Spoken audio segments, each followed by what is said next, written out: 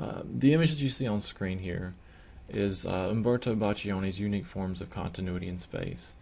It's a piece that I've been interested in legitimately for several years, so I think my challenge is being able to intelligently discuss it in a period of 3 or 4 minutes without sounding like an idiot.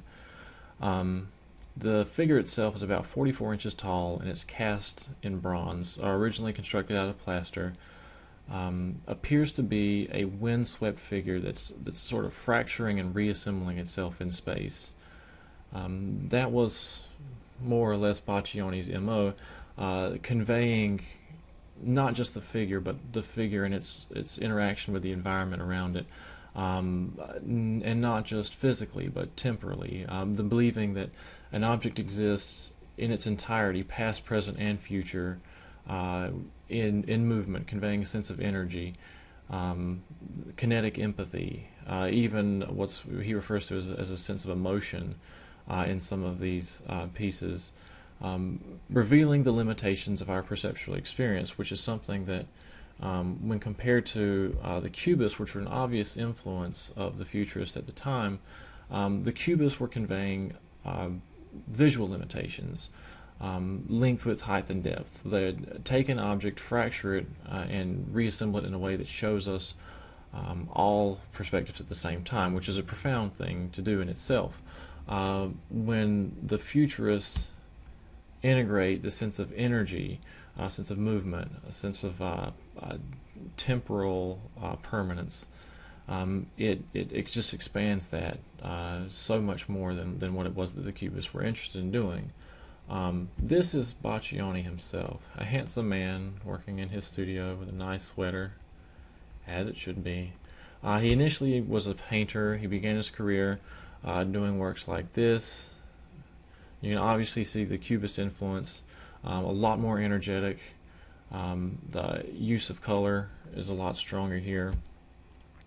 Right, same sense here, fracturing, reassembling in space. But at some point, apparently, he realized that the third dimension was necessary to fully convey what it was that he was after. That's what I'm looking for. Now, I think a strong influence on his work was research that was being done at the time regarding, well, as much as anything else, the electromagnetic spectrum.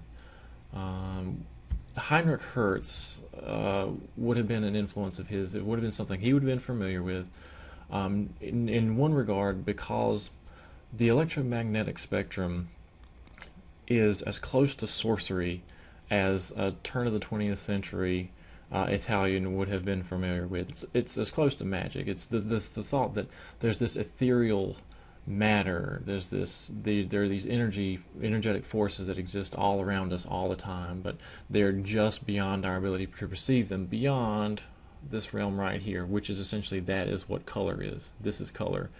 Everything beyond this is just beyond our realm of perception.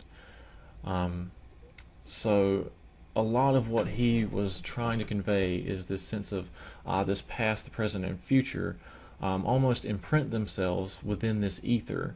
And if you had the ability to perceive this ethereal space, you could see, what exists in all these temporal locations at the same time, which isn't all that different from the second reason that he would have been familiar with Heinrich Hertz, which would have had to do with research in support of quantum physics, which supports a non-linear sense of time within itself. The fact that an object is doing multiple things simultaneously, is one of the key core principles of quantum physics, or at least as far as I understand. Visually, there's also precedence for what the futurists were doing and what Boccioni was interested in. And that comes from the work of this not-so-handsome gentleman, Edward Maybridge, who was doing documentation, photo documentation, of human biolocomotion. And he compiled this work in books that he was then trying to sell to colleges and universities. But these books tend to find their way in the hands of artists more often than not.